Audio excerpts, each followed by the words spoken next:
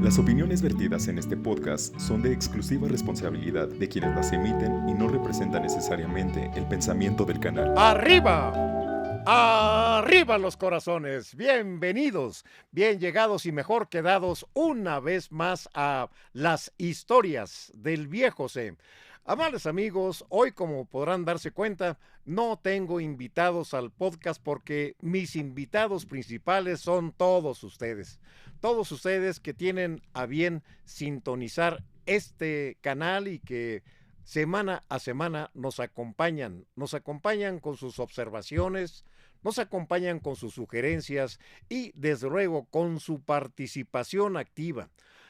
No necesito, gentiles amigos, que me den un like o que me den lo que ustedes quieran, simplemente con que participen y me hagan saber cómo estamos, cómo vamos y si hay algún tema dentro de las experiencias de vida que ustedes piensen que a través de los años he adquirido, pudiéramos tratar para todos ustedes. Por ejemplo, hoy por hoy tenemos un conflicto que siendo doméstico tiene trascendencia internacional, o podríamos también derivarlo de la siguiente manera. Tenemos un conflicto universal, tenemos un conflicto internacional que necesariamente impacta en nuestra sociedad. Los orígenes de tal conflicto se encuentran en la historia de las actividades tanto humanas como digamos que políticas o de trascendencia política que los dirigentes de algunas de las naciones más influyentes de nuestro planeta han tomado en consideración con nuestro propio país, con nuestra nación, con nuestros ciudadanos, con nosotros mismos, pues para acabar pronto. La inconsistencia, la ausencia de una identidad nacional aquí en México afectó primeramente el desarrollo de nuestra naciente nación, nuestro naciente país en el siglo XIX. Por falta de unidad, perdimos más de 2 millones de kilómetros cuadrados. Porque no supimos defender la herencia colonial que nos dejaran los españoles, porque no tuvimos la capacidad de cohesionarnos y de encontrar en nuestra propia identidad la fuerza suficiente y necesaria para sentirnos realmente mexicanos, fue que perdimos tanto. Por ello, amables amigos, desde el siglo XIX, a mediados del siglo XIX, después de la intervención norteamericana, se gestó en una facción de la sociedad mexicana la intervención francesa, lo que fuera la intervención francesa. Motivos, pretextos, razones sobran para explicar todo aquel desastre. Perdimos muchas vidas, perdimos muchos bienes. Amables amigos, realmente llegamos a perder la dignidad.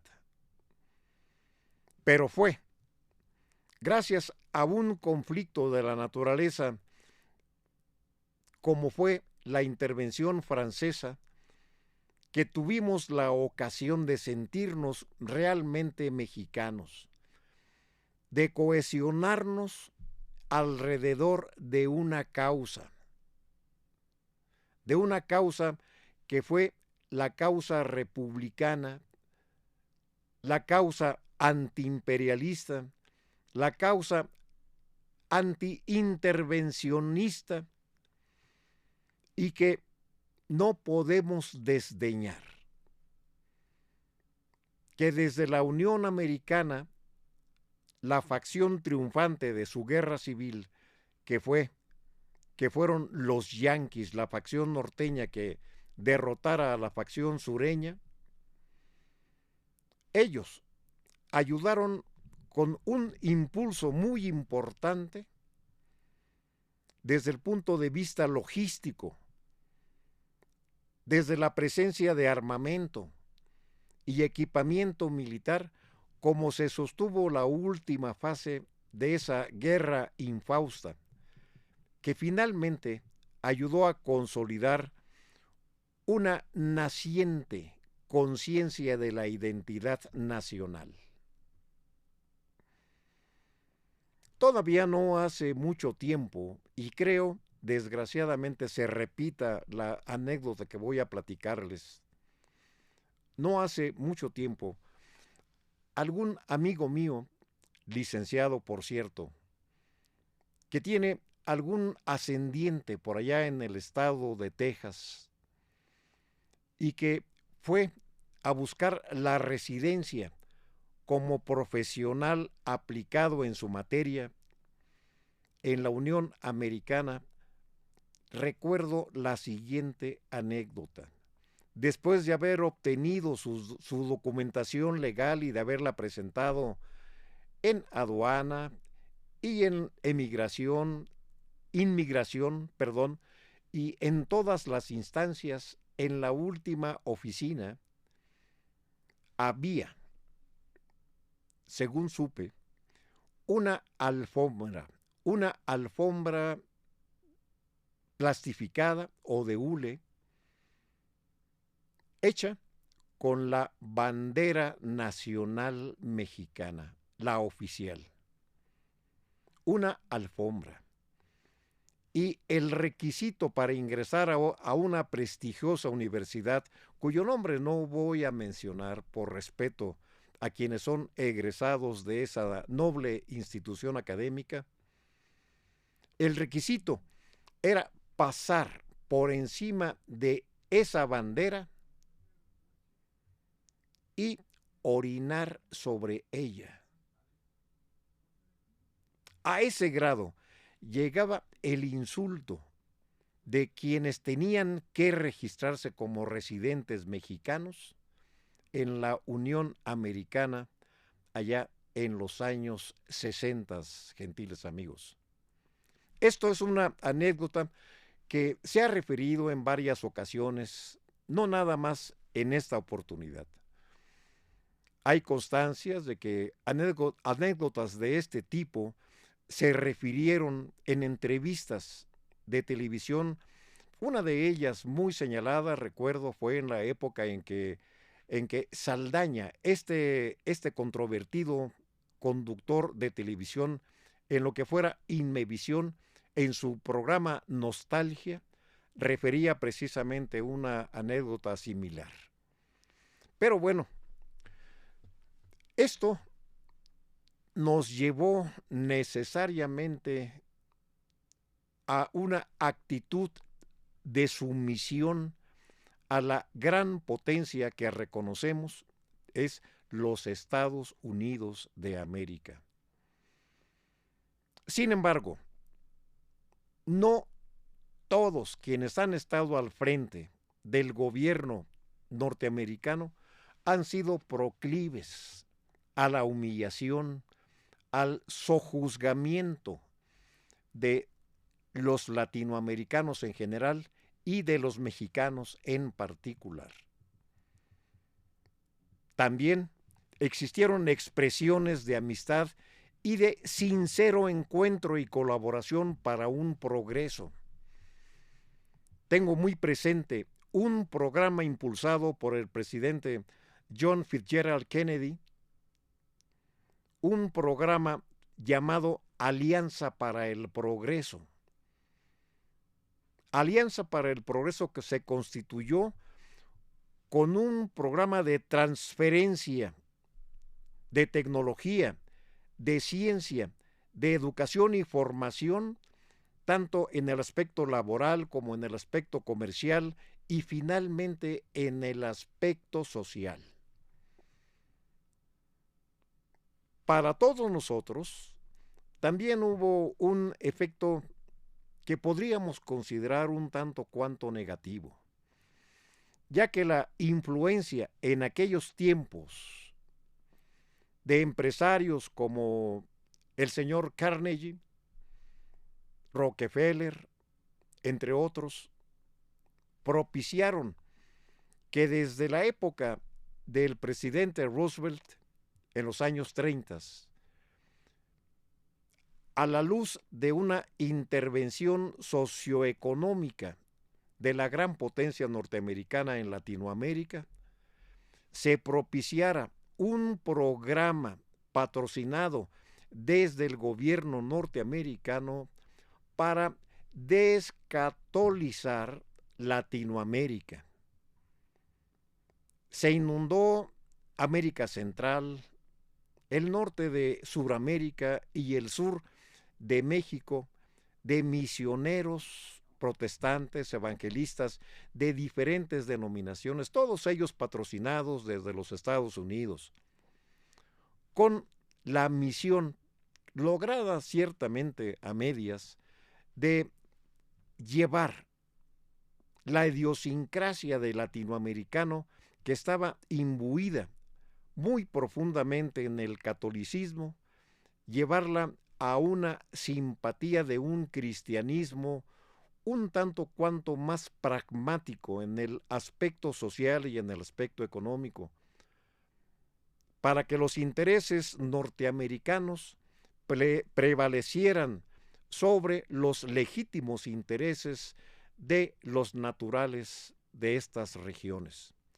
De ahí surgió la National Fruit Company, que se apropiara de más del 70% del territorio de Centroamérica, desde Nicaragua hasta Guatemala.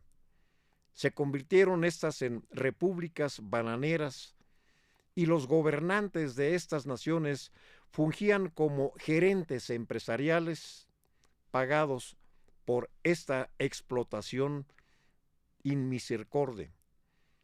Una explotación que trascendió a los campesinos, que trascendió a los empresarios, que trascendió inclusive la dignidad de grandes países luchadores como fueron El Salvador y Nicaragua en su momento. De ahí surgió la rebelión del general Sandino en los años 30, de donde se tomara el nombre de la revolución que finalmente derrocó al dictador Somoza en los años 70, a finales de los años 70, por cierto, de donde surgió otro dictador que actualmente se encuentra frente a lo que es el noble pueblo de Nicaragua, sufrido hasta las últimas consecuencias. Daniel Ortega es el nombre de tal personaje que surgiera de las filas de la revolución sandinista y que finalmente se anquilosara en el poder, nombrando inclusive vicepresidenta a su propia esposa. Déjenme decirles que Daniel Ortega, al igual que este servidor, ya es un hombre viejo, un hombre con muchas enfermedades de carácter crónico, un hombre que inclusive podríamos señalar que ya no se encuentra en el pleno uso de sus capacidades mentales, pero el poder lo ejerce su esposa, Rosario Cabrera, que no tiene ni la experiencia política ni el carisma que alguna vez ostentara el comandante Ortega. Amables amigos, ha sido una tragedia la imposición, sí, la imposición de los intereses norteamericanos, y nosotros como mexicanos también hemos sido víctimas y testigos, protagonistas también de esta tragedia, mucho, en parte, por la escasa conciencia de nuestra identidad nacional. Esto también está propiciado, amables amigos, por las diferentes comunidades que componen nuestra muy diversa nación. Habemos tanto criollos como mestizos de diferentes formas. Mestizos de las razas china, pueblos aborígenes, negros, españoles, franceses, italianos, ingleses, etcétera, etcétera. Por ello, el gran maestro de las Américas, José Vasconcelos, lanzó una teoría de que México es el contenedor, el envase de la raza universal. La raza universal es un concepto que manejara filosóficamente el gran escritor José Vasconcelos. Pues bien, esto viene a colación porque nos sirve como introducción para considerar cómo nos encontramos actualmente en el plano internacional. No es cuestión de política, es cuestión social. En el sexenio pasado, con todo y los logros en los programas sociales, con todo eso, se dejó de lado, tristemente, la participación muy conspicua, muy relevante de la política nacional a nivel internacional. La doctrina Estrada, entre otras banderas que enarbolaba nuestra política internacional, se dejó de lado. La presencia de México como líder de Latinoamérica también se dejó de lado. La oportunidad de atracción para bienes de capital e inversiones constructivas y productivas desde el ámbito de las empresas y los emprendimientos extranjeros también decayeron, amables amigos. Y lo que hace nuestro gobierno para obtener el favor de las masas, que es muy legítimo el manejo de los programas sociales, aparte de esto, errores tan graves desde una perspectiva estrictamente pragmática, el estar desmantelando de una manera absoluta el poder judicial y adjudicarse de una manera autoritaria en el poder ejecutivo todas estas funciones, nos lleva a una incertidumbre donde nos aleja del progreso, nos aleja del capital, nos aleja, amables amigos, de un contexto de colaboración y cooperación internacionales. Pero esto tenemos que asimilarlo individualmente. Tenemos que nutrirnos de él, de estos conceptos. Tenemos que obtener el conocimiento y con nuestra experiencia de este conocimiento de constantes y continuas frustraciones, hacer de nuestros dirigentes personas más afines a los auténticos intereses de progreso de nuestra patria, con una visión de más largo plazo, con una visión que trascienda inclusive los sexenios. Me atrevo a decir modestamente que trascienda nuestras vidas, en beneficio de las futuras generaciones. Nuestra patria americana, México, es un país de inmigrantes. Yo en lo personal, tanto como ustedes, somos producto de inmigraciones continuas y permanentes, unas emigraciones colonialistas, otras simplemente por refugio, pero finalmente todas para constituir una patria, una nación que nos alberga y que exige de nosotros una mayor presencia de ánimo, una mayor presencia de ánimo ante nuestras autoridades. Tenemos las autoridades que nos merecemos. Hemos votado mayoritariamente por ellas. Por eso, es necesario hacer presencia ante nuestras autoridades e impulsar con ellas, participar con ellas, con las autoridades, para hacer de nuestro país algo ideal. Probablemente no se logre nunca un objetivo idealizado. Seguramente no. Pero cuando menos, en nuestra conciencia queda el esfuerzo que hemos realizado para conseguirlo. Si ya somos viejos, la señal de que aún se es joven es precisamente el anhelo, la esperanza, la fe, la convicción de que nuestras vidas no son inútiles. Amables amigos, hay mucha tela de dónde cortar en este tema. Les invito a que me acompañen en el próximo de la serie. Para mí, el tiempo es relativamente breve en este espacio, pero ustedes tienen la posibilidad de hacernos llegar sus sugerencias, de hacernos presencia